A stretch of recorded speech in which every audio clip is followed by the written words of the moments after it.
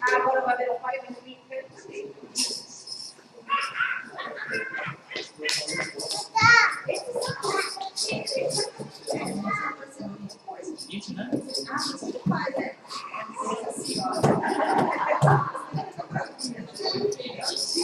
Mas, Senhor, desculpa, em nome de Jesus.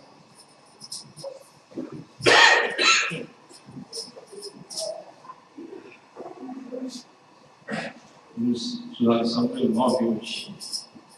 Vamos fazer uma ação. Pedir que o Senhor nos abençoe em nome de Jesus. Senhor Deus, poderoso, te agradecemos por este culto, esse dia, por esse estudo bíblico, Senhor, que nós possamos estar aqui. Senhor, se está alguém que está chegando, Senhor, a caminho, traz segurança, Senhor, livra de todo mal, Senhor, para a glória do teu santo nome, Pai. Que os teus anjos estejam ao redor de cada carro, de cada irmão, Senhor, protegendo, dando e guardando, em nome de Jesus, ó Pai, nosso entendimento. Que o Espírito Santo, Senhor, possa iluminar nossa mente nesta hora, possamos entender, aprender, guardar e praticar, meu Deus, tudo aquilo que aprendemos hoje, temos aprendido aqui na tua casa, nós repreendemos todo o mal, Senhor, todo o espírito contrário que vem tentar impedir a tua palavra, que vem tentar bloquear a nossa mente, Senhor, nosso entendimento, caia por terra, em nome de Jesus. Pai, renova a vida física do teu povo, Senhor. Deus vai tirando agora, Senhor, também toda enfermidade, todo cansaço, Senhor, em nome de Jesus, sai em nome de Jesus agora, Senhor, traga renovação sobre a vida física do teu povo, através da tua palavra santa, Senhor, Deus da glória. Abençoa as crianças, Senhor, os adolescentes, o pastor Ricardo também, uma das tuas mãos, Senhor, que o Espírito Santo esteja ministrando em seus corações. Nós oramos crendo e já te agradecemos, ó Deus, por esse estudo em nome de Jesus. Abençoa, Senhor, também quem está em casa, que não pôde vir, Senhor, quem está enfermo, aqueles que estão longe, em nome de Jesus, o Senhor possa ensinar eles também, através da tua palavra, nós nos agradecemos. Amém. Graças a Deus. Aleluia. Vamos poder tomar o seu lugar. Se o irmão puder, traga um pouquinho de água aí. Não trouxe para a reserva aqui. Lição número 9.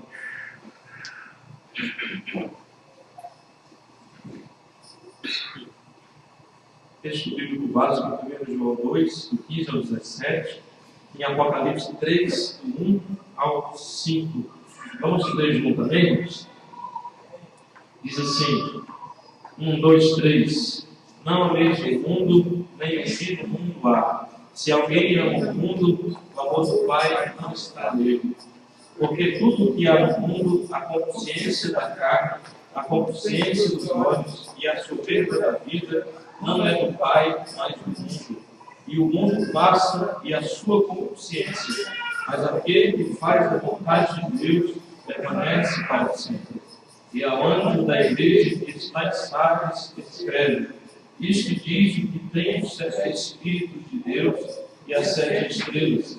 Eu sei as tuas obras, que tens nome de que vives e estás morto. Ser vigilante e confirma os restantes que estavam para morrer, porque não achei as tuas obras perfeitas diante de Deus. Lembra-te, pois, do que tens recebido e ouvido, e guarda e arrepende-te. E se não vigiares, virei sobre ti como ladrão, e não saberás a que hora sobre ti virei. Mas também tens em Sardes algumas pessoas que não contaminaram os seus vestidos, e comigo andarão de branco, porquanto são dignas disso. O que vencer será vestido de vestes brancas, e de maneira nenhuma riscarei o seu nome no livro da vida, e confessarei o seu nome diante de meu Pai e diante dos seus anjos. Amém. Graças a Deus. Aleluia. Todos os irmãos leram a lição? Amém. Meu Deus. Amém.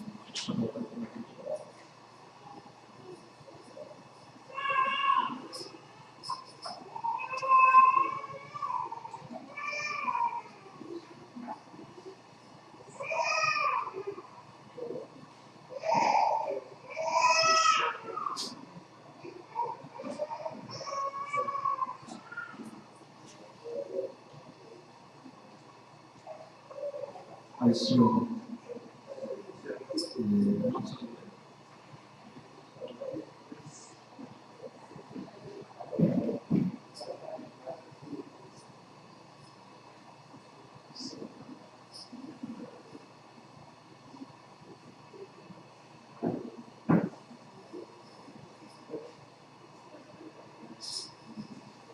Bem, o texto Álvaro diz assim: e não vos conformeis com este mundo, mas transformai-vos pela renovação do vosso entendimento. Romanos 12, 2a. Se alguém tiver bastante frio, pode vir aqui para perto do estômago. Aí está quente, não está pegando fogo aí. Subsídio para o estudo diário. Na segunda-feira, a leitura em 2 Coríntios 5,17. O irmão já conhece muito bem. Que diz lá que quem está em Cristo é nova o quê? Nova criatura. Quem está, você está naquela época, está hoje, está amanhã. Quer dizer, aquele que permanece.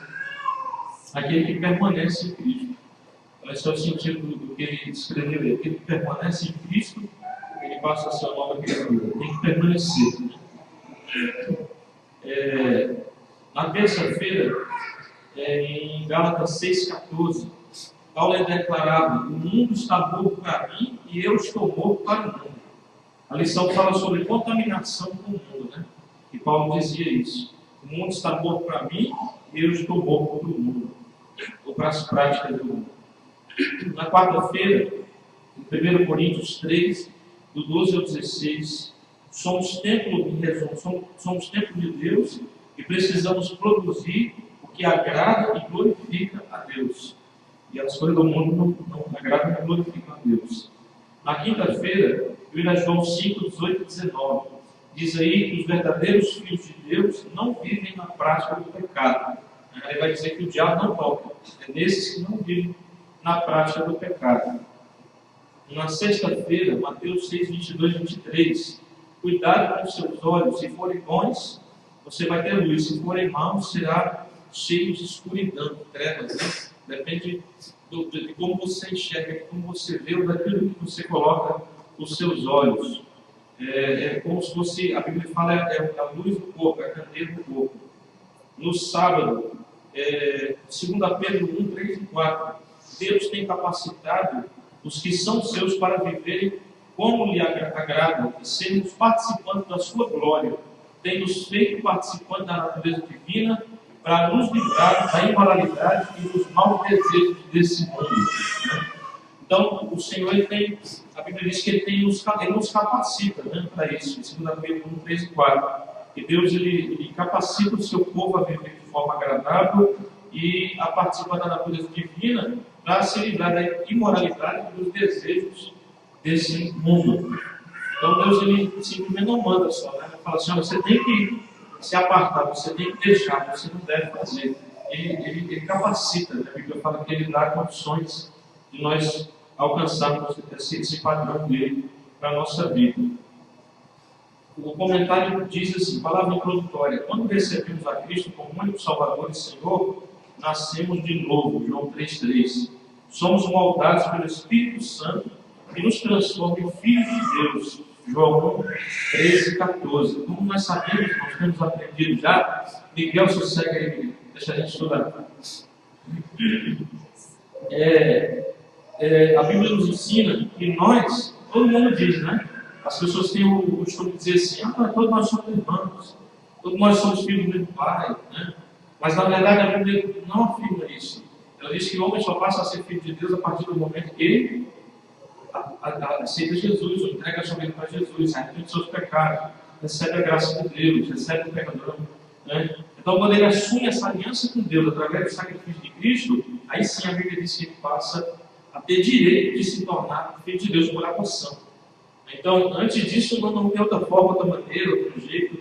O homem já não nasce filho de Deus. O único que foi chamado filho de Deus, homem nascido que foi feito por Deus, criado por Adão. Fora Jesus, que era filho de Deus realmente, literalmente. Foi gerado pelo Espírito Santo no ventre de Maria. Mas o único homem foi o primeiro Adão. Jesus é chamado de segundo Adão, que foi o Adão mesmo. Ele é chamado de filho de Deus, depois você vai ver. Os outros eram fulano que era filho de fulano, ou seja, filho de homens, né? Então, quer dizer, herdeiros da pecaminosidade, da herança do pecado. E assim já não poderiam mais ser chamados filhos de Deus. A Bíblia até diz que é obra-prima das mãos do Senhor, é coroa da criação, mas não filho, né? Porque o filho é aquele que direito à promessa, o filho é aquele que é herdeiro, o filho é aquele que pode chamar o Senhor de pai, né? E o ser humano, ele pode chamar o Senhor de outra coisa qualquer, sem ter Jesus, nem de pai. Deus não reconhece isso. Ele pode até falar da boca, né? Mas ter direito é outra situação, é outra coisa, né? Porque para ter direito você tem que passar pela adoção através do sacrifício de Jesus, realizado lá no Calvário. Se não for assim, não tem jeito. A pessoa pode dizer, pode contestar, pode dizer que você está errado, porque os crentes acham que são filhos de Deus, mas não é isso, é a Bíblia quem diz, né? É a Bíblia quem afirma que tem que passar por esse processo. Igual você ser um advogado, você ser um médico, né? Você ser um engenheiro, você ser qualquer coisa na vida, você tem que passar por um processo, né? Você não pode só chegar lá e falar, igual muitos nós vimos sendo presos, por quê? Se passando por médicos, passando por advogados, se passando por isso, por aquilo outro, por despachante. Aí a polícia vai lá, de repente, pega a pessoa, ela não tem certificado. E ela não tem o certificado porque ela não passou pelo processo, ela não fez aqueles anos todos que tem que fazer de estudo, uma experiência depois e tudo mais. E até chegar naquele estado ali que ela tem, não é só um papel ali dizendo que ela é. Aquele papel está comprovando anos e anos de luta, de sofrimento, de despesa, de estudo, né? De dedicação para ela chegar no que ela é agora. Ela tem um certificado, tem o número dela, número de advogado, número de médico, número de dentista, que seja, até de veterinário, né? Para mexer com o bicho, ele tem que passar por aqueles anos de processo de estudo. Aí o ser humano acha que é assim, né? Porque o sonho acabou. Não é dessa forma. Deus tem o seu processo também, tem a sua forma, a sua maneira. Ele tem um caminho para a gente seguir, para nós podermos afirmar com certeza, com convicção, com garantia diante de Deus também, que nós somos filhos de Deus, né? Nós somos herdeiros de Deus, somos co-herdeiros com Cristo, recebemos o Espírito da adoção, que é o Espírito Santo, né? Somos herdeiros das promessas que estão na palavra de Deus. Então tem que passar por esse processo. Se não passar, a pessoa até pode falar coisa bonita em nome de Jesus, em nome de Deus, né? Pode ler a Bíblia, pode fazer tudo isso, mas se não entrar no padrão de Deus no processo, não tem acordo, não tem negócio. Vai ser reprovado um dia, quando chegar e vai dizer: cadê a marca na sua vida? Cadê a aliança, né? Quando foi que você fez essa aliança? A partir de quando? Que dia foi que você entendeu o que Jesus fez pela sua vida? E a pessoa vai dizer: não, eu achava que era, né? Eu achava que porque Deus me fez, eu era filho. Aí ela vai descobrir, infelizmente, tarde demais, que ela não era filho, né? Era coroa da criação, era obra-prima das mãos, mas não era filho, não era herdeiro, não tinha a participação no sacrifício. Então tem que passar por esse processo, para nascer de novo, se tornar nova criatura, né? Nós vemos lá em João 3, Jesus conversando com quem? Lá naquela hora que ele estava falando ali, com quem que ele estava conversando em João 3? Com Nicodemos, né? Um homem religioso, um fariseu, um importante. Ele era realmente dedicado, ele queria servir a Deus. Ele não era igual aos outros, né? Tanto é que ele foi procurar Jesus para entender, ele queria entender. Ele foi de noite porque não queria se expor diante dos outros. Mas ele tinha sinceridade em seu coração. Ele era um praticante fervoroso da lei de Deus, das coisas de Deus. Só que ele mesmo assim, ele precisava, Deus falou que ele precisava nascer de novo. Ele sendo um homem de mestre da lei, né, mestre de outros leigos, que levava pessoas a conhecer o judaísmo, talvez até de outras nações que queriam se tornar judeus por religião. E ele ensinou muita gente, mas ele mesmo tinha essa convicção na vida dele. Tanto é que quando ele ouviu falar da doutrina de Cristo, aquilo incomodou ele, né? Aquilo incomodou e ele se sentiu que não tinha aquilo na vida dele. Ele foi procurar Jesus para entender. Às vezes começa a conversar com ele e ele não consegue compreender, né? Aquela palavra de Jesus, que era uma palavra espiritual. E Jesus vai falar com ele, aquilo fica martelando, fica batendo dentro dele, até que lá na frente, lá na hora da crucificação, ele se assume realmente, ele bota a cara tapa, né? Se mostra que era uma pessoa que tinha, assim, que gostava do ensinamento de Jesus, que assimilou aquilo, que entendeu aquilo, nem que fosse naquela hora, naquele momento. Eu creio que foi um dos fariseus que se converteu ao cristianismo, né? Ele, aquele homem lá que cedeu à sepultura, né? Que era um homem rico, importante, influente. Então, muita gente se assumiu depois da morte de Jesus. Ele entendeu, parece que a mente se abriu e eles entenderam que precisavam assumir, que não podiam ficar perante agente secreto, né? Igual muita gente gosta da igreja, gosta do evangelho, igual diz o pastor Alex, é amigo do evangelho, né?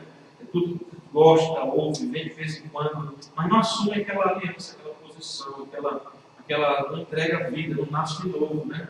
Aí nada feito também, não tem acordo. Tem que ser segundo aquilo que Deus estabelece, determina na sua palavra, para que nós possamos ser transformados em filhos de Deus e passarmos a ser moldados pelo Espírito Santo. Assim, quando ele vai nos moldando, ele vai tirando de nós toda a contaminação do mundo, né? Ele vai tirando de nós esse prazer do mundo e ele vai colocando em nós o prazer de Deus.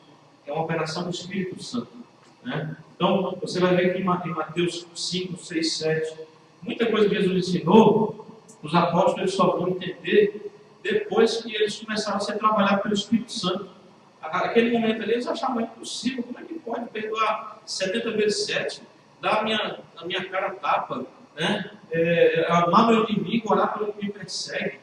Isso é impossível. Mas eles só podem entender e compreender isso depois que eles começaram a ser trabalhados pelo Espírito Santo de Deus, a sentir isso mesmo. Deus trocando, Deus tirando o mundo, o entendimento do mundo, as coisas do mundo da vida deles, e o Espírito Santo trocando pelas coisas de Deus, né? Foi dando entendimento, dando a capacitação, porque Deus ele não dá só a sabedoria, o conhecimento, ele dá a capacitação também, como nós vimos em 2 Pedro 3 e 4. Graças a Deus, porque é de nós. Nós não teríamos condições em nós mesmos de fazer muita coisa, talvez até alguma coisa, outra, né, que fosse assim mais fácil, tivesse ao nosso alcance, mas tem muita coisa nas Escrituras que nós não teríamos condição nenhuma, irmãos, não fosse a ajuda do Espírito Santo trabalhando em nossas vidas, não é? Graças a Deus pelo Espírito Santo, graças a Deus porque Ele tem trabalhado em nós, tem operado em nós, e nós precisamos entender mais sobre Ele. Vamos começar o ano de janeiro já falando sobre o Espírito Santo, a importância do Espírito Santo, a ação do Espírito Santo, né? Como Deus tem colocado no nosso coração aqui na oração na sexta-feira, porque nós precisamos mais da ajuda dele, ter mais consciência de quem Ele é, do quanto Ele pode nos ajudar para nós alcançarmos um padrão melhor diante do nosso Deus, amém? Está falhando aí o microfone? Tá bom? Entendeu? Parece que está falhando um pouco. Consequências da contaminação com o mundo. Primeira consequência, morte espiritual. Tens nome de que vives e estás morto. Apocalipse 3, parte B. Essa expressão mostra as entranhas de uma igreja que se vangloriava de sua ortodoxia, ou de sua qualidade, do seu ensino em relação à verdade da doutrina. Mas, ao mesmo tempo, continuava praticando obras que produziam a morte espiritual, né? Ou, de repente, eles até no começo praticavam as coisas corretamente, mas com o passar do tempo, eles acabaram praticando obras mortas, né? Então, ele vem reclamar disso. Aquela igreja era uma igreja que parecia estar viva, mas estava morta, porque as suas obras não agradavam a Deus. Eram obras que contaminavam, havia mistura, né? Havia mundanismo, havia coisas que desagradavam o Senhor dentro daquela igreja de Sardes. Religiosidade externa, a segunda consequência da contaminação com o mundo. Sardo, não sei por que escreveu sardo aí. Sardo e Sardo. Eu risquei, escrevi Sardes. Sardes caracterizava a época da história da igreja entre 1517 depois de Cristo e 1750 depois de Cristo, em que o catolicismo foi confrontado pelos grandes reformadores como Lutero, Melanchthon, não souber ler, Zwingli,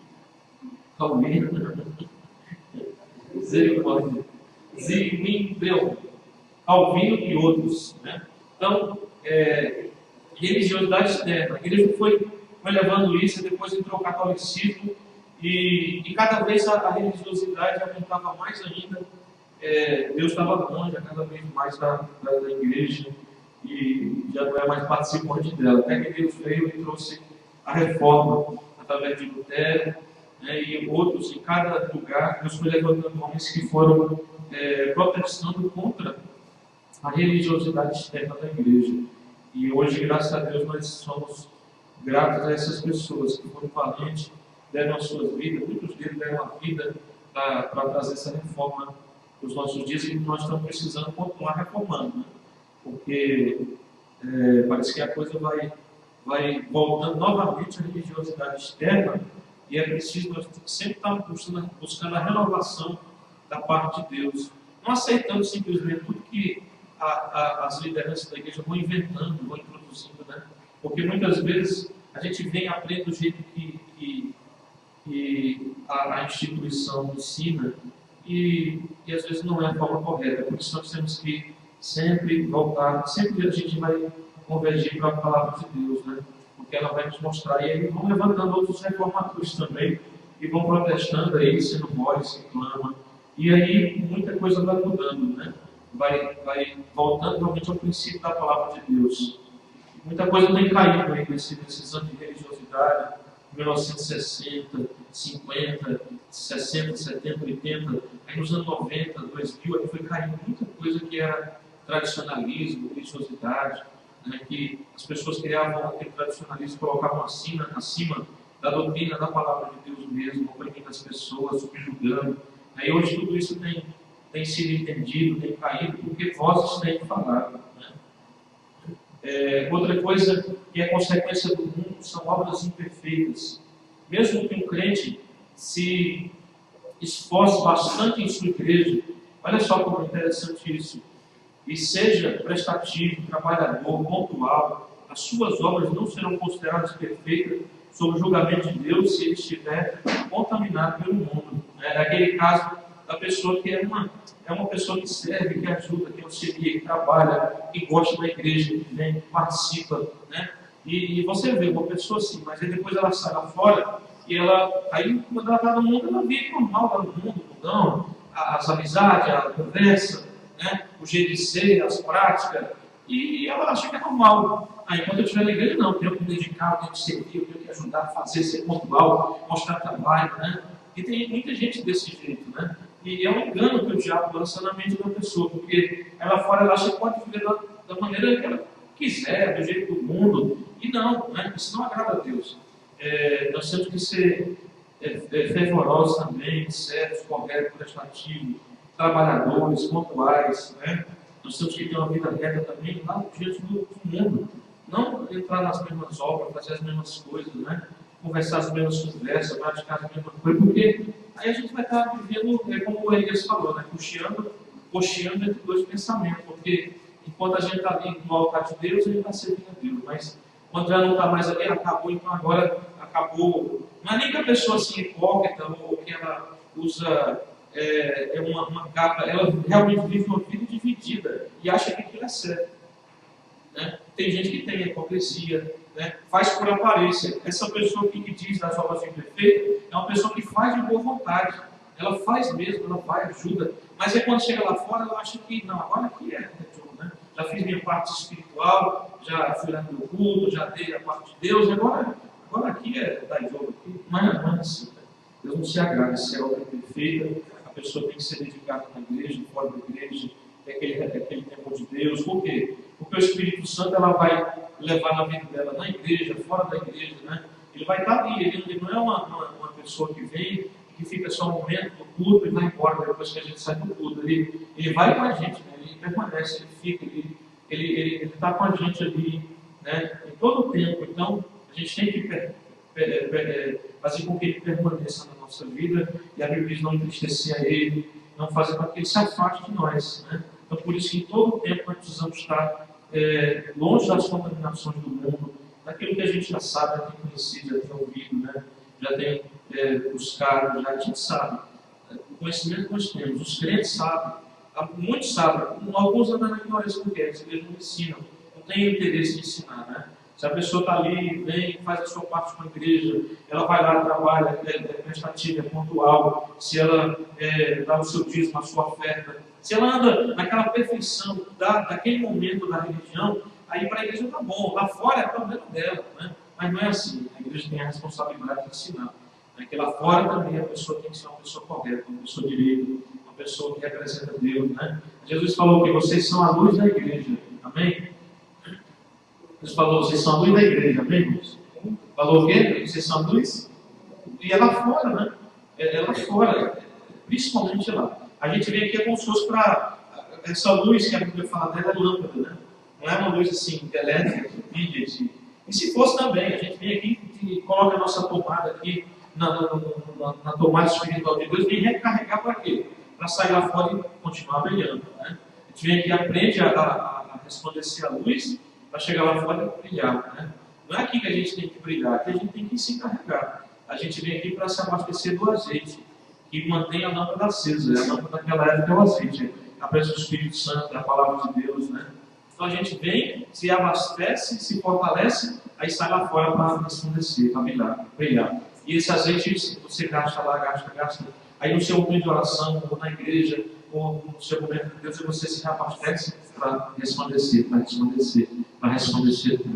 O melhor símbolo do crente, da igreja e dos crentes é uma lâmpada. Né?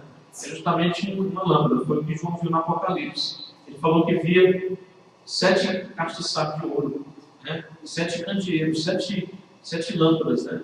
E ali, cada lâmpada daquela representava uma das igrejas. Então, a melhor representação do crente e para a igreja é uma lâmpada. É o que Jesus falou. Luz do mundo por quê? Lâmpada. Você é uma lâmpada. Você é uma lâmpada acesa. Você é uma lâmpada que precisa ser acesa. Quando Jesus falou lá em Mateus 25 sobre as 10 virgens, ele falava que elas tinham uma lâmpada. E elas tinham azeite na lâmpada e uma reserva ainda. Então, nós somos uma lâmpada. E essa lâmpada não pode estar apagada. E ela não pode também deixar de ter azeite. Né? Porque senão ela vai apagar. Então, é importante a gente brilhar, principalmente fora. Principalmente lá no mundo, principalmente lá no trabalho, lá em casa, principalmente na rua. Né? A gente precisa resplandecer a luz de Cristo. Não é fácil, mas é o que Deus quer. Né? É o que Deus quer do seu povo, da sua igreja. E muitas pessoas já não consideram mais isso, acham que não tem nada a ver, né? Que está ali fazendo sua parte naquele momento. Foi 1, 2, 3, 5, 7 vezes por semana. Então, a hora que ela vive no mundo, aí é problema dela, aí ela vive do jeito que quiser. Não é assim. Né? Deus não se agrada disso. Ele quer que a gente viva ali sempre. Como eu disse, ele capacita, ele dá glória, né? Ele parte conosco a natureza divina e para nos livrar das imoralidades e dos desejos desse mundo. A outra coisa que acontece com a contaminação do mundo é a perda da identidade.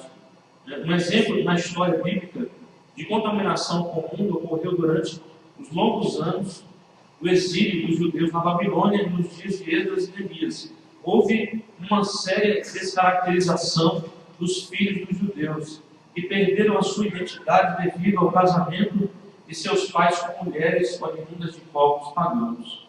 Então, com a mistura, muitos deles perderam a identidade. A nação ficou fraca, Deus não se agradava daquilo, Deus já tinha falado que não podia. E aí a gente vai ver que não só os filhos dos judeus, os judeus simples em si, então você vai ver que até os próprios sacerdotes começaram a se casar com mulheres de outras nações, das nações ao redor. E eles que eram para ser o exemplo da nação, eles acabaram falhando, e a nação seguiu aquele impulso também. Né? Tanto é que quando foi fazer aquela reconciliação com Deus, a gente vai ver no livro de Esdras e de Neemias, que a orientação de Deus e daqueles homens ali foi que eles mandassem as mulheres embora, juntamente com os filhos. Né? Então você vê, foi um sofrimento muito maior, poderia ter sido evitado. Se eles tivessem permanecido ali, né? Não se misturado, tudo, casado com mulheres que foram da sua própria nação, porque tinha. Não era um caso de não ter, era um caso que eles queriam novidade, queriam uma coisa diferente, sei lá, e acabaram desonrando Deus. E Deus falou: olha, se realmente vocês estão dispostos a fazer aliança comigo, estamos dispostos, Senhor. Então vocês vão ter que fazer o seguinte: vocês vão ter que mandar a mulher de vocês e os filhos que são estrangeiros embora. Né? E aí eles fizeram. Né? Alguns não quiseram fazer, mas já não podiam ser sacerdotes, né? Já não podiam fazer parte das coisas de Deus. E a maioria teve que fazer. E foi sofrido, foi dolorido, não era fácil mandar a mulher que eles amavam e os filhos embora, né? E eles tiveram que fazer para reparar aquele erro que eles tinham cometido. Então, é melhor evitar do que depois ter que consertar, né? Porque muita coisa, como eu falava com os irmãos, às vezes eu venho para a igreja e eu viro crente, né? Eu me torno crente, evangélico e tudo, e tem coisa que eu não tenho que fazer, simplesmente eu tenho que pedir perdão para a pessoa, né? Eu não tenho o que fazer, eu não tenho como consertar o mal, o dano que eu cometi na vida dela.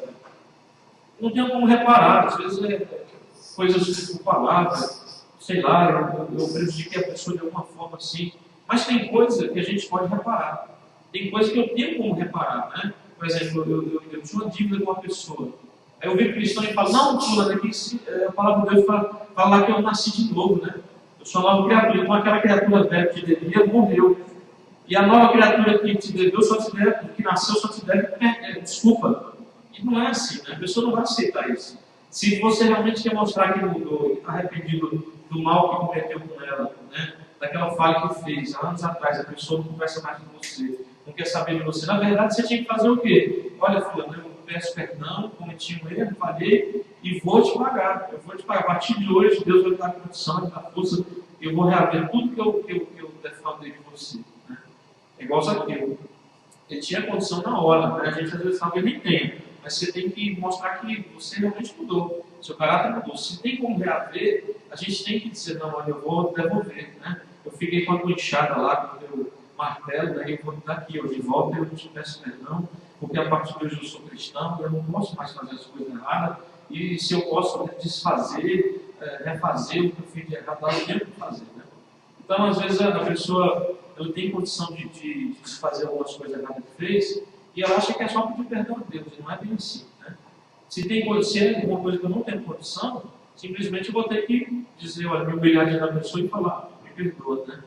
Mas se é uma coisa que eu posso trabalhar, eu posso reaver, eu posso pagar aquele prejuízo, né? Aí eu tenho que fazer isso, porque senão eu não mudei de verdade, né? É uma coisa que está no meu alcance, eu tenho que fazer assim.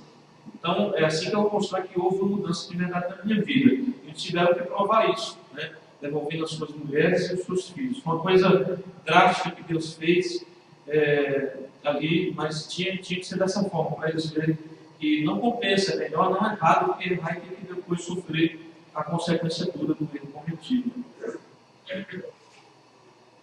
O sistema do mundo, abordaremos agora os desejos e atitudes ilícitas que geram o pecado, Tiago 1,15. Consciência vem da palavra grega epitomia, que indica desejo intenso por prazeres ou por bens materiais de qualquer espécie. Né? Não só em relação, né, a gente quando fala em consciência, logo a pessoa pensa em pecado sexual, né? Mas a consciência não é só em relação ao pecado sexual. Está dizendo aqui que é um desejo ou algum tipo de prazer, um desejo muito forte por qualquer coisa material, né? Principalmente a área sexual, mas outras coisas também. Como, por exemplo, a consciência da carne. 2.1. Neste grupo predominam as obras produzidas pela carne, que estão listadas em Gálatas 5, 19 a 21, a saber, prostituição, do grego moicheia, significa imoralidade sexual, também adultério. Então, é um sistema do mundo, né, tem a consciência da carne, dentro da consciência da carne, a prostituição, que é imoralidade sexual ou adultério. Também, impureza, do grego akatarse, né? Apesar de parecer apenas ser o contrário do que é puro, limpo, a palavra original também se refere à prática do sodomismo, homossexualismo, lesbianismo, pederastia, bestialidade, né? Relação com animais. A lascívia, do grego aseugeia, ou falta de castidade, libertinagem, sensualidade, obscenidade. Lascívia é a promoção de emoções obscenas e qualquer motivação que promove o desejo para a prática do pecado sexual. Então, a lascívia envolve vários tipos de pornografia, né? Coisas obscenas, sinais obscenos. Tem gente que tem costume de fazer sinal obsceno. Onde eu via a mãe ali na foto, a mãe junto com o filho, e o filho fazendo um sinal sendo com o dedo, e a mãe dizendo, né, olha como ele é bonitinho, como ele é inocente. Eu falei, meu Deus, como é que pode? O menino com uns 5, 6 anos de idade, e a mãe junto com ele dando risada, e o menino fazendo sinal com o dedo, né, na foto. Eu falei, meu Deus, como é que pode, né? A própria mãe achando bonito, e um monte de gente depois comentando, lá dando risada, falando. Eu falei, meu Deus, as pessoas acham normal, né? Acham bonito isso aí, como se fosse. Então, todo tipo de ato obsceno, né? de pornografia, dessas coisas que tiram a inocência, né? Que tiram a castidade, libertinagem, sensualidade. Né? Nós vemos aí, tem crente que gosta de assistir Big Brother Brasil, né? O BBB, na Globo, a Fazenda, lá na televisão do bispo, né? Do bispo do reino. E tem gente que gosta de assistir essas coisas aí, só passa pornografia, obscenidade, né? Às vezes não é a pornografia ali completa, mas um estímulo à sensualidade, à obscenidade, a maus pensamentos, a maus desejos. E o mundo está cheio disso aí. Os programas que passam aí de tarde, né? Sempre tem lá as mulheres sempre boas dançando, e as pessoas lá sempre olhando aquelas coisas e desejando, e os desejos lascivos no coração e na mente. Então tem que ter cuidado com isso.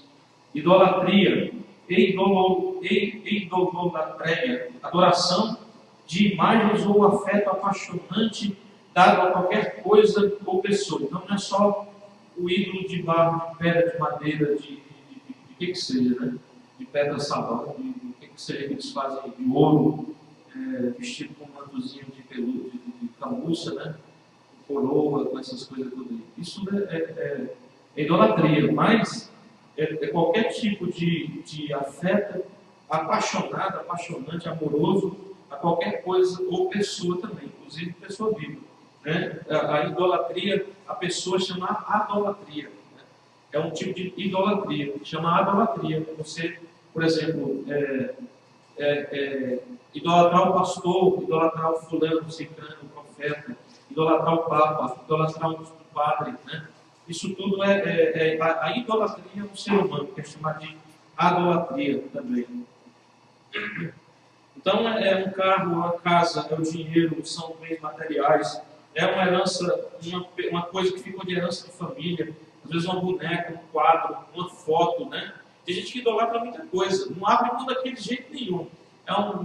Qualquer coisa que a pessoa tenha, aquele amor que ele não se desfaz daquilo de jeito nenhum. E ai de quem tocar naquilo, ai de quem estragar aquilo, né? A pessoa ela mata e vive e morre por aquilo. Então é tudo assim que a pessoa tem apego demais, né? Amor, paixão por aquilo. Então é uma idolatria, acaba sendo idolatria. Nós temos que ter cuidado. Feitiçarias, do grego parmaqueia, prática de bruxaria ou trato com espíritos malignos, encantamentos, mágicas, feitiços, trabalhos de macumba. Né? Aí na macumba entra todo tipo de, toda linha de espiritismo, seja mesa branca, mesa preta, seja igual diz o outro, né? Se fosse coisa boa, não chamava macumba, chamava boa cumba, né? Você já vê no próprio nome, já é macumba, é coisa do mal, coisa ruim, né? Presta. Uso de amuleto, droga, ou poções mágicas, aquelas que as pessoas ficam dopadas para poder ter experiência espiritual, igual a gente vê aquele tal aquele chá, né? Aquelas misturas que eles fazem, depois faz aquele ato religioso lá, aí toma uma droga, aí vai ver mesmo, vai ver quem morreu, vai ver quem está vivo, vai ver Espírito, vai ver Deus, vai ver Jesus, vai parecer tudo para ele, o diabo, né? Porque está doido, está maluco, então quem fala, olha Deus aí na tua frente aí, ele vai dizer, não, estou vendo o céu, olha Moisés aí, vai ver tudo, porque está doido, está maluco, né? Está na base da droga. Então, essas coisas todas são malignas, desagradam a Deus. E tem passado aí, a gente vê que tem se levantado muitas e muitas seitas. Lá no Brasil, a gente passava outro dia na reportagem, uma seita vinda do Peru, né, onde o camarada disse que era a encarnação de Cristo, sei lá, ele morreu, aí aquilo passa, aquela dança passa para o filho dele. E a gente olha assim, você fala uma piada isso aí. Mas a gente vai ver, tem no Brasil, tem no Peru, tem no Ceará, tem no México, tem se espalhando por toda a América ali. E as pessoas seguindo. Lá em São Paulo tem lá, vestindo aquelas roupas tipo da época de Jesus, querendo usar barba, cabelo grande, né? E lá no Peru plantando maconha, vendendo maconha, escondido lá, os frequentantes da seita. E eles parecem que usam também essas coisas para ficar meio louco e poder fazer as experiências espirituais deles lá. Então, na verdade, isso é um tipo de feitiçaria também, né? Tentando usar alguma coisa para despertar a espiritualidade da pessoa. E desperta mesmo, né? Por isso que foi proibido, porque Deus sabe que se mexer com isso, você vai abrir a sua vida espiritual para essas coisas. Aí pode se preparar, porque tem legião de demônio mesmo sobre a vida da pessoa. A pessoa, além da alucinação, ela vai ver coisas também que o próprio demônio vai mostrar para ela, né? Por causa da busca daquilo ali. Né? Então tem que ter muito cuidado com o tipo de feitiçaria, bruxaria, inclusive dentro da igreja, né? A gente vê que tem sortilégio, tem coisas assim dentro da própria igreja que são feitiçaria, tem que tomar cuidado. E também a Bíblia fala que o pecado se eu não me engano, de rebeldia, né, em Colossenses. A rebeldia é semelhante ao pecado de feitiçaria, porque a pessoa, Deus ele diz que ele compara o ato da rebeldia também com um tipo de feitiçaria. Né? Tem que tomar cuidado com essas coisas. Inimizade, do grego, echatara, ódio, amarga antipatia, aborrecimento, rancor, aversão a alguém, tendência de guardar rancor ou ter raiva de alguém, né? Tudo isso aí é consciência da carne, são obras da carne. Né? Então, aqui não seria nem propriamente o ódio, só no caso é um tipo de inimizade, né? Uma amargura, um rancor, aversão, né? Raiva, só simplesmente raiva. Às vezes a gente pensa isso não é nada, né? Mas Deus ele considera como inimizade. E é um pecado da consciência da carne. Porfias, do grego eles, discórdia, desacordo, debate, acalorado, disputas, né? Então a discussão, bate-boca, a gritaria, né? A Bíblia fala para deixar todas essas coisas aí, porque são obras da carne, né? Esse tipo de contenda, porfia, a pessoa brigar no ponto de discutir, ofender um ao outro, né? Então isso é porfia. A Bíblia fala que é porfia, Deus não se agrada por causa da carne. Oi. A raiva permanente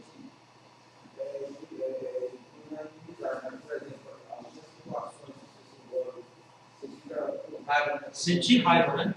Sentir raiva não é errado, não. É aquilo que eu falei da arte não perfeita, né? Mas você ter quer dizer o quê? Você conserva, né? Você conservar, você manter, você deixar ela entrar no seu coração e ela vai se transformando em outra coisa. Então, sentir em um momento, em uma situação, sem pecar e sem deixar aquilo entrar no seu coração, coisa. Agora, ter é você guardar, você reter, você, né, deixar aquilo entrar no seu coração, e já é errado. Né? É uma coisa que fica, né? Já é errado. Né? Esse irá aí tem, como exemplo, certo limite que é ira fazendo a pecado. Quando você amaldiçoa, quando você blasfema, quando você deseja o mal para a pessoa, quando você xinga, né? Quando você agride, né? Então aí já passou para pecado. Já. Né? Quando você tem aquele momento de discussão e você põe o seu pensamento, até às vezes bravo ali, falando acaloradamente, que seria tipo uma porfia, né? Mas não é uma porfia porque é só uma discussão de momento ali, é uma coisa que você não blasfemou, não xingou, não agrediu, não amaldiçoou, não desejou mal para a pessoa, né? Então é diferente, é um desacordo, né? Uma discussão de momento ali, mas logo em seguida você já olha, desculpa, né? Eu acabei falando e tal, aí você já acerta aquilo ali no final daquele dia e pronto, acabou. Aquilo ali ficou para trás, no outro dia está tudo normal, não tem mais nada, foi resolvido naquela conversa, às vezes até um pouco acalorada, mas resolveu, né? Passou ali. Agora, quando a pessoa chega a esse ponto de desejar mal, ou ficar com aquela vontade de, sei lá, pagar o mal que a pessoa fez, se descontar, né? aí já é pecado, já, mesmo que seja no pensamento ou no coração. Né? Você guardou aquilo, passou do outro dia, você olha para a pessoa e ainda continua dizendo, eu desejaria que acontecesse assim e tal. Então, tem que pedir perdão. E faz sempre perdão para Deus. Tem situação que quer levar a gente a isso, né? Na situação lá do hotel lá, né? Ele passou várias coisas na minha cabeça, não só na minha, né? Tem que pedir perdão a Deus e mais capacitação. Esse pensamento assim, no meu caso ainda, é incontrolável também, né? Não consigo mesmo que eu repreenda bem, né? Tem que orar em relação a isso, pedir ajuda de Deus, né? Pedir mais sabedoria para resolver, ou esperar mais, né? É igual disse no outro dia, às vezes o prejuízo pouco ainda é louco, né? Às vezes você sai ganhando, porque se você fosse envolver com aquilo mesmo, nem por causa do valor, né, mas por causa da atitude, aí você vai querer agir com a sua força, com o seu braço, acaba como se fosse vingança, né? Vingar, não vai me pagar, mas eu vou, né? Arranco duas pernas dentro do pontapado, está resolvido, né? Então é vingança, e vingança não é de Deus, né? Você agredir, você chegar ao ponto de entrar em contato físico com a pessoa. Não porque você está desejando mal. Você está no coração, você está com ódio, com raiva, você vai estar desejando que algum mal aconteça com aquela pessoa. Né? Não, a justiça de Deus só. É só falar, Deus está na tua mão. Né? Não precisa fazer para o sol também. Não é que a gente quer, né? Mas é isso que é o domínio, é você não fazer o que você quer. Eu vou falar que eu senti amor por ele, carinho, eu estou mentiroso, estou pecando dele. Pois é, você está pecando de novo. Então é tipo assim, é uma experiência também, às vezes até uma promoção de Deus para outros não tem nada, tem o irmão Rogério, tem o pastor Ricardo, tem o irmão Reinaldo, né? Então tem vários irmãos. Às vezes é uma promoção, a gente não consegue perceber. Né? Também naquele momento ali, Deus, será que esse aqui não é o Senhor provando? E justamente na área que tem mais dificuldade, né? Porque Deus vai provar a gente justamente onde ele sabe que não precisa ser provado. Em outras áreas que você não vai falar assim para você, tira tudo que você tem do teu bolso e entrega para fulano.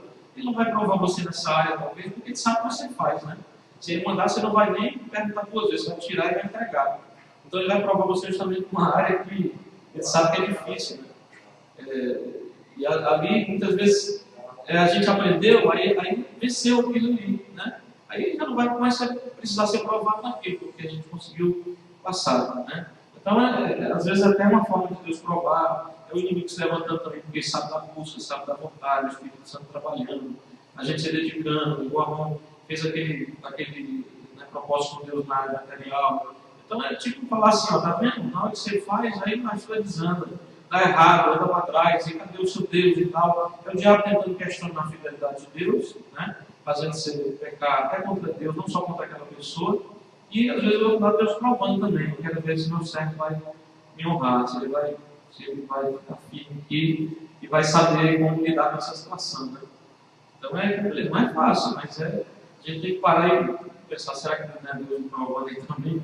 Será que Deus está vendo aqui como é que eu vou agir, como é que eu vou fazer, como é que eu vou proceder, como é que eu vou proceder? Eu perguntei, né, aonde que a ira só vira pecado, né? Porque tem várias situações, né?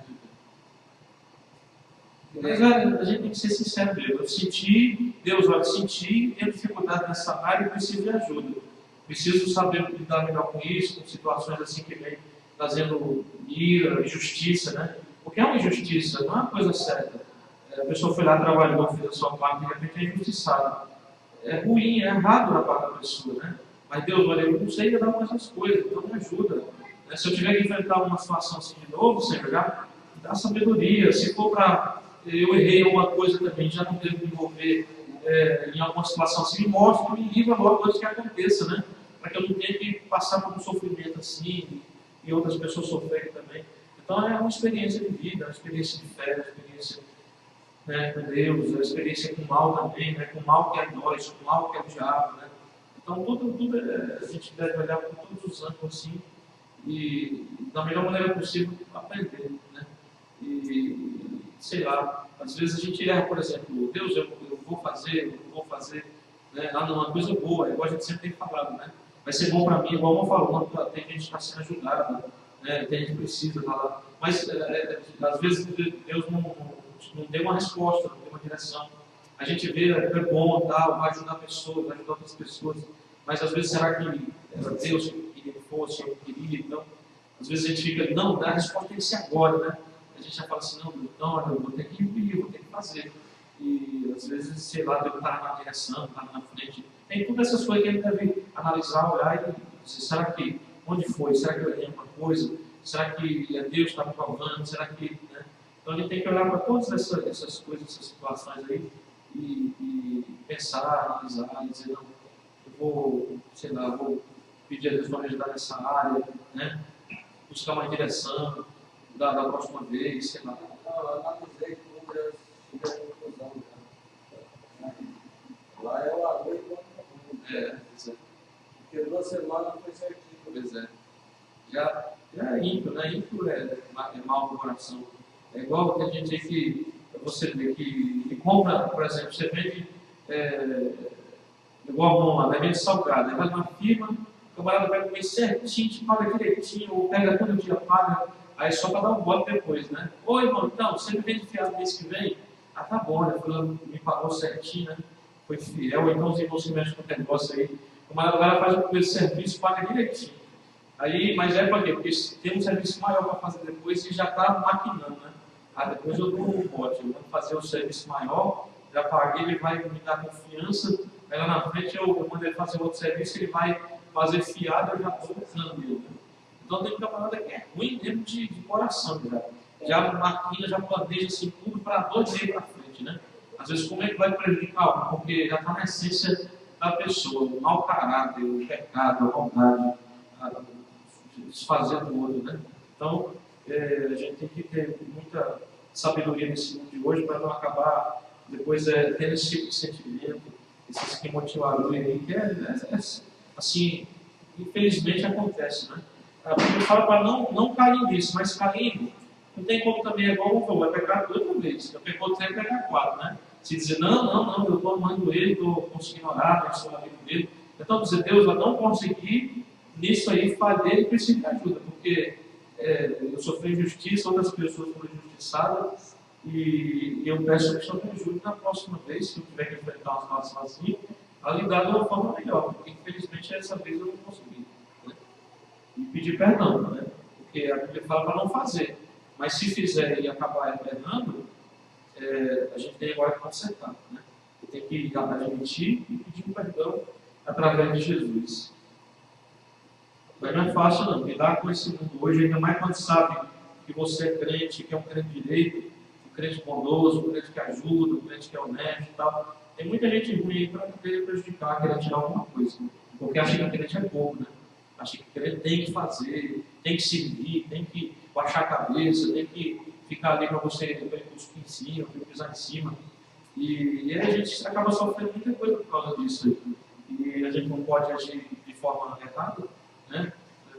Sei lá, eu acho que ainda se você tem que combinar justiça, né, eu viria, né? Em certas situações eu buscaria o meu direito, né? Mas se não tem, né, a gente tem que sofrer justiça, a Bíblia fala muitas vezes, né?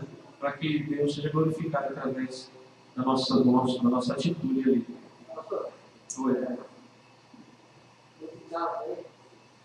Pela visão deles, pela justiça deles, eles podem achar que estão certos, né?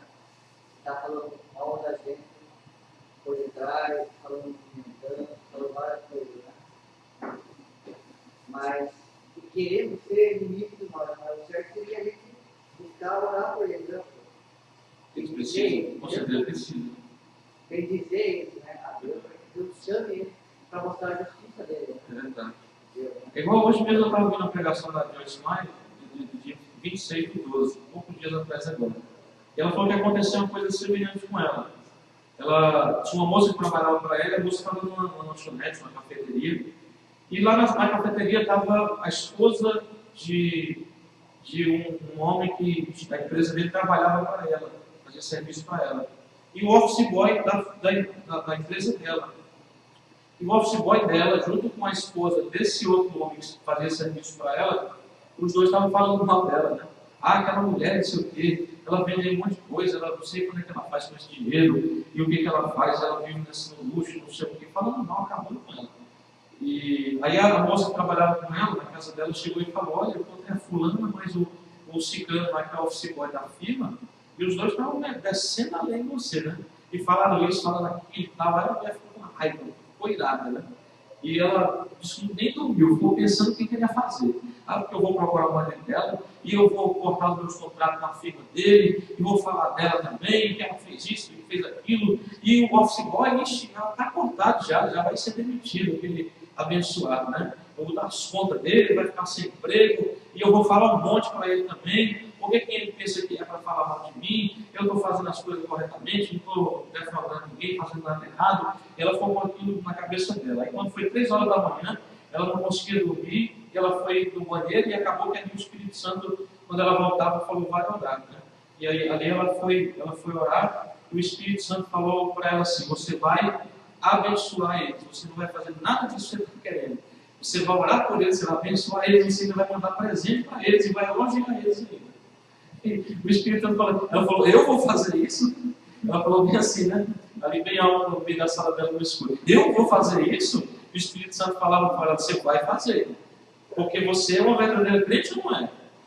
Aí ela falou assim: meu Deus, que coisa difícil, né? Como é que pode? Eu queria detonar com eles, né? Acabar com a raça deles.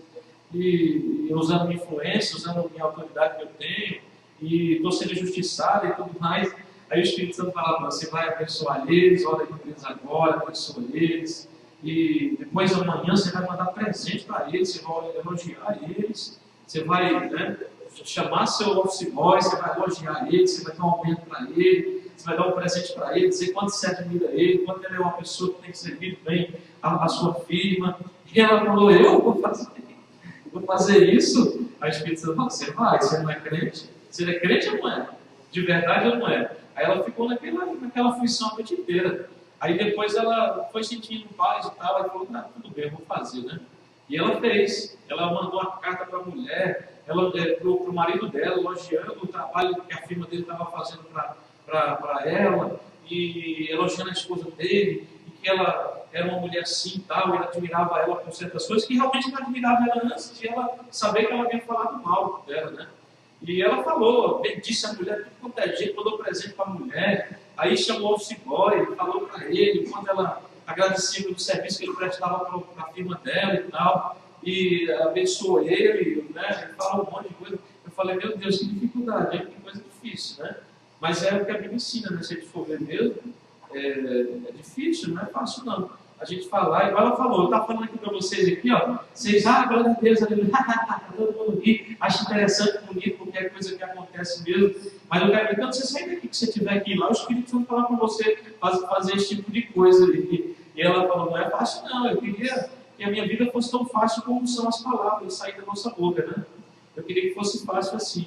E não é, ela falando: é difícil, foi difícil para mim, mas eu consegui vencer aquilo, eu lutei, eu lutei e tal, mas eu venci, eu fiz, e depois eles ficaram envergonhados, né? Eles vieram depois, viram que não era nada aquilo que eles pensavam, e ficaram envergonhados por ter falado mal dela, né? E ela não sabe depois assim o que aconteceu, mas ela viu eles assim, tipo sem graça, né? Assim, arrependido de ter falado tão mal dela, enquanto ela presenteou eles, ela elogiou eles, falou quanto gostava deles e tal. E ainda abençoou o office boy, né? Abençoado, em vez de contar ele, contar embora.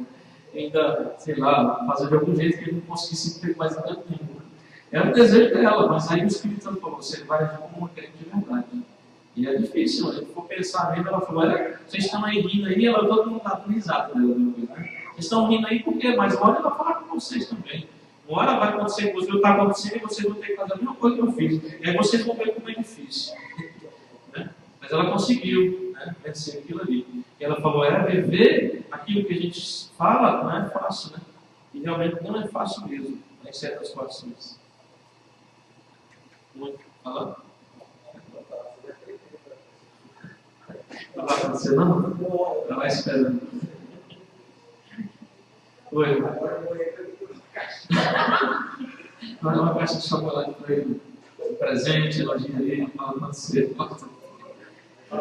sei, assim, o Espírito Santo não ela fazia assim. Vai falar assim: come primeiro. Digitou o veneno dentro. Ainda vai desconfiar de mim. Mas para ver, né? Não é fácil.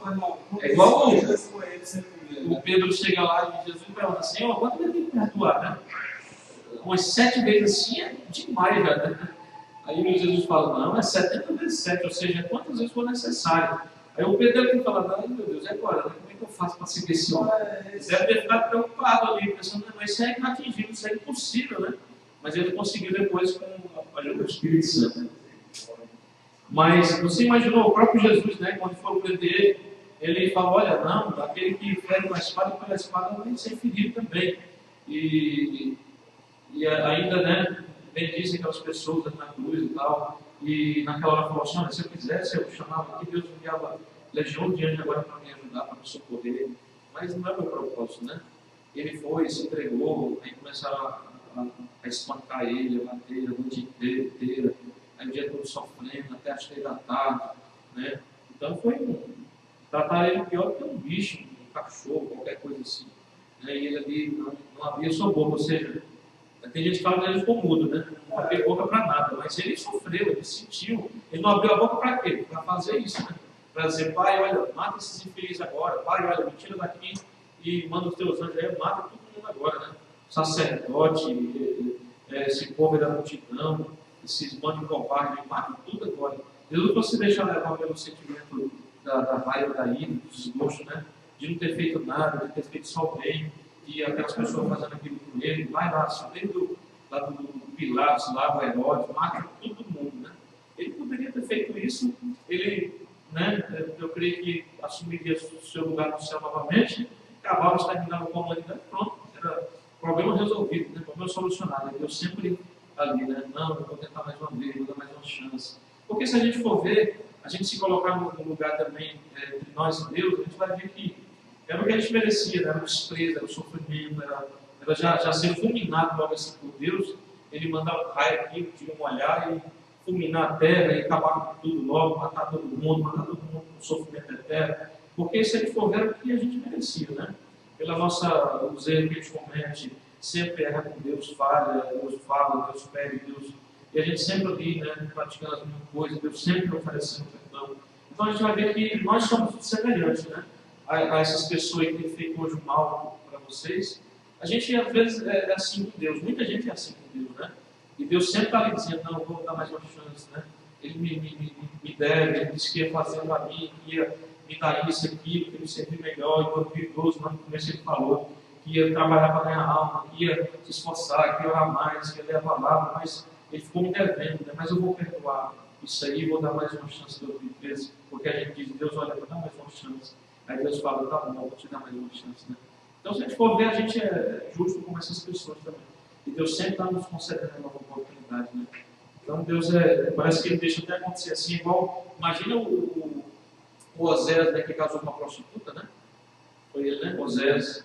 E Deus fala lá que era um símbolo da união do povo com ele, né? Que o povo dele era igual àquela mulher de Osés. Ele falou, é um símbolo prático, vivo aí, do que você vai passar por isso. E ele deve ter sofrido muito, né, com aquela mulher. Ele tentou, deu a oportunidade de ser uma mulher de bem e sair da prostituição, mas ela ia lá e traía ele, se vendia novamente, porque não era nem pelo dinheiro, a Bíblia fala, era porque ela tinha prazer de ser prostituta. Né? Não é porque ela queria dinheiro, ela tinha prazer de ser prostituta mesmo. Então ela teve filhos com Osé e tudo mais, mas ela sempre lá ia trair Osé, se prostituía, aí ia lá e buscava ela de volta, né? Aí trazia ela para casa, até pagava as dívidas dela, e fazia tudo por ela, amava, tratava ela direito, com decência. Aí ela ia, falhava de novo, pecava e prostituía de novo, né? E Deus falou, tá vendo? Tudo isso está acontecendo com Osés. Aí o povo viu tudo isso, não foi uma coisa assim alheia. Tudo o povo viu e falava, mas como é que pode esse camarada aguentar isso? Né? Todo mundo ficava ali falando, essa prostituta aí, ela tinha que morrer. O cara bom, paga por ela, vai lá 1, 2, 3 vezes, paga, dá tudo por ela, resgata ela de volta.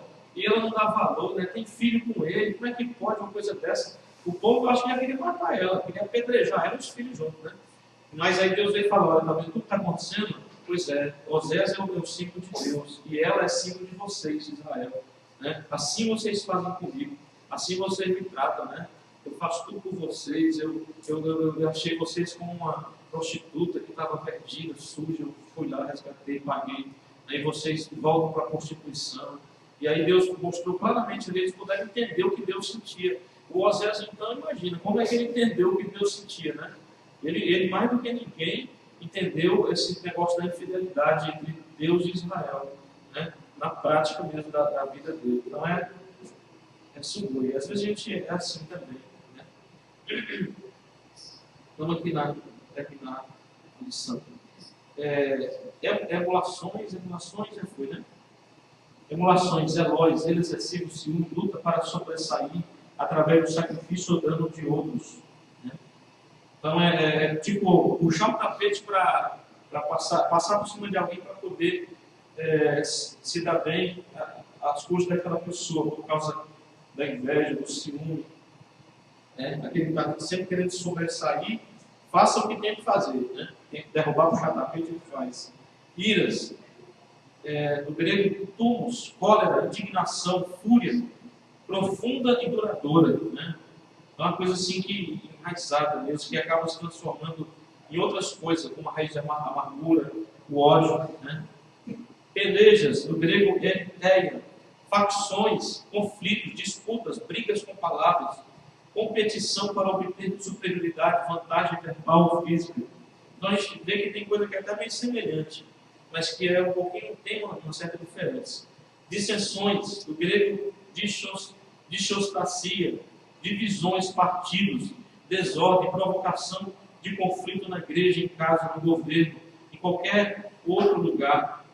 Né? As facções, as divisões, a pessoa que promove partidarismo, né? Seja na igreja ou em qualquer lugar. Heresias, do grego hairesis, refere-se a todo desvio da verdade ou a rejeição de uma doutrina sã e sua substituição por uma falácia ou um ensinamento espúrio. Né?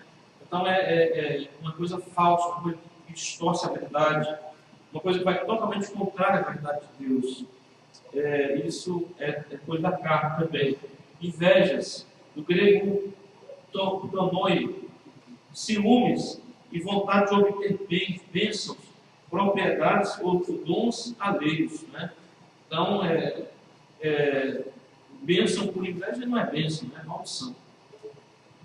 Então é terrível isso. Homicídios, do grego ponoi, assassinatos, matanças, bebedices, do grego metai, embriaguez, viver intoxicado com álcool, ser escravo de drinks e pelejar por bebidas. Né? A pessoa que se começa a beber socialmente e não tem esse negócio, porque cigarro, álcool, vicia, não tem conversa. Né? A pessoa às vezes diz, não, só bebo, mas toma um, toma dois, daqui a pouco está tomando 3, 4, 5, uma garrafa, né? Aí passa da cerveja para o vinho, do vinho para o uísque e essas coisas fortes, para a cachaça, porque essas coisas viciam. Então tem que realmente evitar, não participar, né? Porque senão a pessoa depois vive intoxicada com álcool e se torna escravo dos drinks. Plutonaria, do grego comoi, orgias, festas luxuriosas e ruidosas, com músicas obscenas e outras atividades pecaminosas, prazeres, farra, né? Os inferninhos aí, as boates, os batidão, festa funk, clube de luxo também, né? Onde ali dentro só tem todo esse tipo de coisa aqui junto, muitas dessas coisas juntas aqui. Então, todas essas coisas que são a consciência da carne. Aí vem a consciência dos olhos. A consciência dos olhos refere-se aos desejos pecaminosos, para uma grande variedade de satisfações carnais, alimentados através da visão. Né? Então, muitas vezes a consciência da carne, ela vem pela consciência dos olhos também. Né? A pessoa olha e deseja. Então, aí ela quer satisfazer aquilo porque olhou, desejou. É como nós vemos lá, se os teus olhos forem bons, você vai ter luz. Se os teus olhos forem maus, grandes serão as trevas da escuridão que a garantia. Então, a gente tem que tomar muito cuidado com a nossa visão. Né? O que a gente vê, porque é um processo, né? Vem pela visão, vem pelo cérebro, aí vira desejo do coração. a soberba da vida. Soberba é a pretensão, a arrogância, a jactância, o orgulho do próprio eu, para satisfação e glorificação pessoal, esquecendo-se completamente de Deus e desprezando o próximo. Né? A pessoa está disposta a fazer o que for possível e preciso para se elevar, se vangloriar, a posição social, o poder. Né? Tem gente que não adianta só dinheiro. Igual você, tem muita gente que é rica, mas ela não é famosa. Então ela vai usar a riqueza dela para tentar alcançar a fama, para ser vista, reconhecida, aplaudida. Né?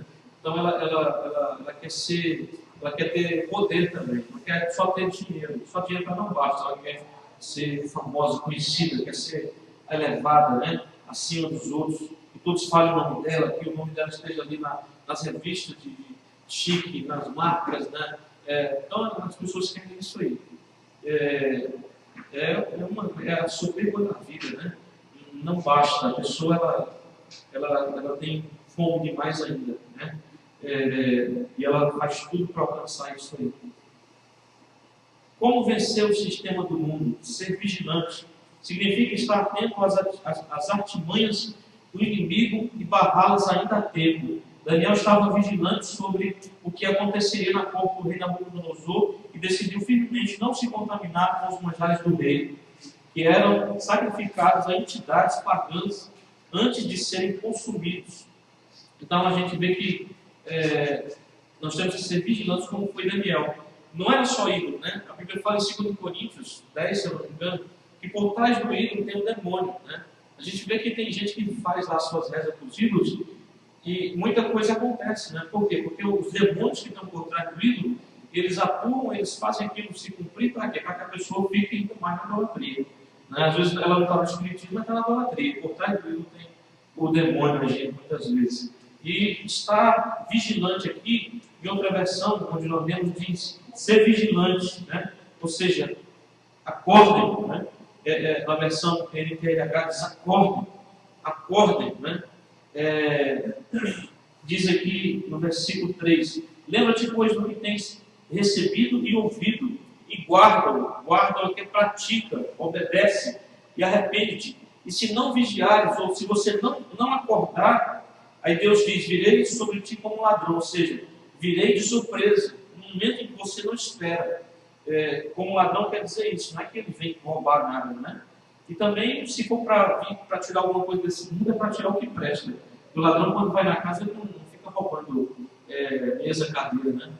Botijão de gás, ele vai procurar dinheiro, joia, vai procurar coisas de valor, máquina fotográfica, iPad, iPod, iPhone, né? Então ele vai procurar essas coisas aí. Então, acordem, né? Ser vigilante, acordem. Daniel estava acordado, Daniel não estava dormindo, não. Nós vemos na história dele que foi ele e os 3 amigos, mas tinha muitos mais. Foram levados muito mais dos jovens de Israel. Não eram só eles, né? Os outros caíram no banquete, né? Então vamos aproveitar. Nós estamos na nossa nação mesmo, né? A gente tem que se adaptar aqui onde nós estamos e servir ao rei direitinho para a gente se dar bem. Eles não, eles foram contra aquilo que foi mais honrado, né? Porque eles decidiram não se contaminar e foram fiéis a Deus ali ao custo da própria vida. Você vê, Deus honrou, eles chegaram a posições elevadas, né? Os 3 amigos de Daniel acabou sendo praticamente o segundo da Babilônia. 4 grandes imperadores passaram, Daniel permaneceu, né? Em 4 impérios praticamente, Daniel permanecia, Deus honrou ele até o final. 3.2, lembrar e guardar aquilo que ouviu de Deus, né? Isso aqui é para vencer o sistema do mundo, lembrar e guardar aquilo que ouviu de Deus. A fé pelo ouvir e ouvir pela palavra de Deus. Romanos 10, 17. Entretanto, somente isso não funciona. O homem que ouve a palavra, mas não a pratica, é como aquele que construiu a sua casa sobre a areia e não sobre a rocha. Em Mateus capítulo 7. Lembrar e guardar o que recebeu de Deus. Lembrar aquilo que temos recebido nos ajuda a valorizar o que Deus tem nos dado. Esaú se esqueceu de que o direito de primogenitura era um dom importantíssimo, que o colocava na liderança espiritual e material de toda a família. Ao desvalorizar a grandeza desse prêmio, trocou por um prato de lentilhas, né? Ou seja, por uma coisa insignificante. E esse é o jogo do diabo hoje também, é você trocar algo que Deus deu de muito valor, de muita importância para você, que é a sua comunhão com Deus, a sua fé, a sua salvação, o Espírito Santo, a palavra de Deus, né? Ele quer trocar por porcaria, né? É porcaria que vai satisfazer você em um momento, em 5 minutos, em 10 minutos, e vai acabar com a sua vida pro resto dela, né? E até na eternidade, muitas vezes. Era uma coisa gostosa, saborosa, né? Era prazeroso naquele momento, mas ele perdeu. A partir daquele momento que ele comeu aquele prato de lentilha, ele perdeu diante de Deus, primeiramente diante de Deus, ele perdeu a primogenitura, não é? Jacó errou, Jacó fez tudo aquilo ali, mas Deus já, se ele tivesse seguido corretamente, o próprio Deus daria para Jacó, né? A gente vai ver que Deus jamais lhe permitiria o Esaú ser o líder da família, o herdeiro da primogenitura, porque aqui nesse momento ele perdeu diante de Deus, né? Aí Jacó se antecipa, faz errado, acaba fazendo besteira e só faz consequência depois. Mas se ele tivesse esperado ele quietinho no lugar dele, com certeza Deus ele mesmo faria se cumprir na vida dele. Porque já antes Deus havia profetizado que o menor seria maior do que seria mais do que o maior, precederia ao maior, né? Ele que seria o herdeiro, na verdade. O próprio Deus já tinha falado isso desde quando eles estavam no ventre. Aí o Jacó vai fazer a besteira de errar, né? Ele passa por aquele processo de dor todo, de consequência, né? Porque a gente sabe que tudo tem consequência. Então a gente tem que lembrar e guardar o que recebeu de Deus. Não desvalorize, não despreze, é muito importante, né? Porque se foi dado por Deus, é importante, né? Não é uma coisa dada pelo homem, não é uma coisa que o homem fez, que o homem deu para você. Foi Deus realmente, você tem certeza disso? Então, valorize, porque é importante, foi Deus quem deu, né? E assim como Deus deu, Deus vai requerer o dia. E a gente tem que prestar conta disso diante dele da melhor forma possível. 3.4. Como vencer o sistema do mundo? Arrepender-se. Apesar de a igreja de Sardes estar morta, Deus, através do poder do seu Espírito, em sua plenitude e força, deu oportunidade a um remanescente, aos que ainda restavam e que já estavam para morrer, para se arrepender e voltar ao caminho da graça, né? Então Deus sempre está provendo oportunidades. Deus avisa, Deus fala, Deus mostra, né? Ele fez isso aqui, ele falou: olha, é uma oportunidade que eu estou dando para vocês, né? Eu quero reavivar, revigorar, né? Quero trazer vida de novo em vocês. Então Deus é maravilhoso. A gente vê que Deus sempre está nos concedendo uma oportunidade, né? Mostrando o nosso erro não só para contar, para acusar, como nós fazemos muitas vezes, né? Com os outros, sendo que nós mesmos erramos em tantas coisas. Mas Deus não, Deus é perfeito. E mesmo sendo perfeito, ele fala, mas nunca é para acusar, para humilhar, para rebaixar ninguém. Ele fala para quê? Para revelar o que está acontecendo, mostrar que ele sabe o que está acontecendo, mas sempre em seguida ele vem oferecendo a graça, o perdão, a oportunidade, enquanto ainda essa oportunidade não existe, né? Nesse tempo nós estamos vivendo. Vai chegar uma hora que aí a pessoa vai dizer: oh, Senhor, agora eu quero a oportunidade. Ele vai dizer: agora não tem mais oportunidade, né? Agora é o momento de prestação de conta, é hora de juízo agora, não é hora mais de graça. Então, experimentando a vontade de Deus, Romanos 12:2. Quem procura andar em santidade afasta-se da contaminação e não se conforma com o mundo, mas procura vencê-lo através da fé. 1 João 5:4. Né?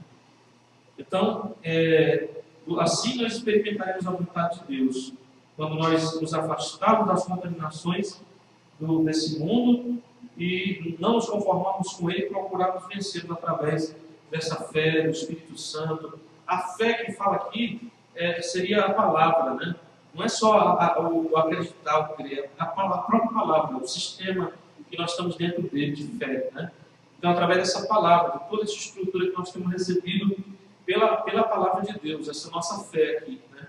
É a nossa fé, né? A nossa base, a nossa rocha. Jesus mesmo falou que essa é a nossa rocha, ele é a palavra santa, né? Então, essa aqui é a nossa fé, a nossa base de fé. Então, assim nós vamos vencer, experimentar a vontade de Deus aquela que a Bíblia diz é boa, perfeita e agradável. Né? Amém? Vamos ficar de pé em nome de Jesus. Que Deus possa nos ajudar, irmãos, a cada dia a não nos contaminar, a vencer esse mundo mesmo, a nos anular de nós mesmos, né? a ser fiéis, a ser pessoas que, como a Bíblia diz, herói da fé. Né? Nós aprendemos em outra lição que diz ali que nós éramos como a santificação, né? Nós éramos algo puro, que fomos purificados e agora somos consagrados para o serviço de Deus. Né? Na lição número 2, fala sobre santificação, dizendo isso, eu marquei isso aqui e guardei. Né? Separar aquilo que era profano para ser consagrado para o serviço de Deus. Então, nós éramos assim, éramos profanos, éramos trevas, éramos do mundo, aí o Senhor nos trouxe, nos purifica, e agora diz, você agora é um objeto consagrado para Deus, você agora é um vaso consagrado para Deus, né? E você deve permanecer assim e não ser profanado mais, porque você é de Deus agora, você é do serviço de Deus, você é um instrumento de Deus, você agora é um vaso de honra, né? Não é mais um vaso de desonra. Conclusão, a contaminação com as coisas do mundo traz a morte espiritual e a separação de Deus. Vamos lutar com a ajuda de Deus para que o nosso ser espiritual não perca a batalha travada contra a carne. Né? Amém. Então é luta, irmãos, é batalha travada mesmo, é terrível, né? Quanto mais se aproximar o tempo, quanto mais se aproximar a vinda de Jesus, pode ter certeza, é luta travada. É luta psicológica. Tem gente que está sofrendo, a gente vê, está sofrendo o quê? Perseguição na carne mesmo, né? Está sofrendo, sendo preso, sendo maltratado, sendo humilhado, sendo queimado vivo, né? Por causa do amor de Jesus. E já outros como nós, às vezes a luta é mais psicológica, é sentimental, é aquela pressão, a gente se sente perseguido às vezes você quer orar e você não consegue. É uma luta espiritual terrível, tremenda. E nós temos que vencer essa luta a cada dia, para não entrar em desespero, porque às vezes a pessoa entra em pânico e começa a dizer, não, eu vou largar tudo isso porque eu não aguento, eu não suporto mais, é muita pressão para mim, né? E não adianta correr, a gente entrou na luta e foi até o fim, né? Então lute até o final, porque quanto mais o tempo se aproxima, quanto mais Jesus está perto, mais o inimigo tem lutado contra a igreja, né?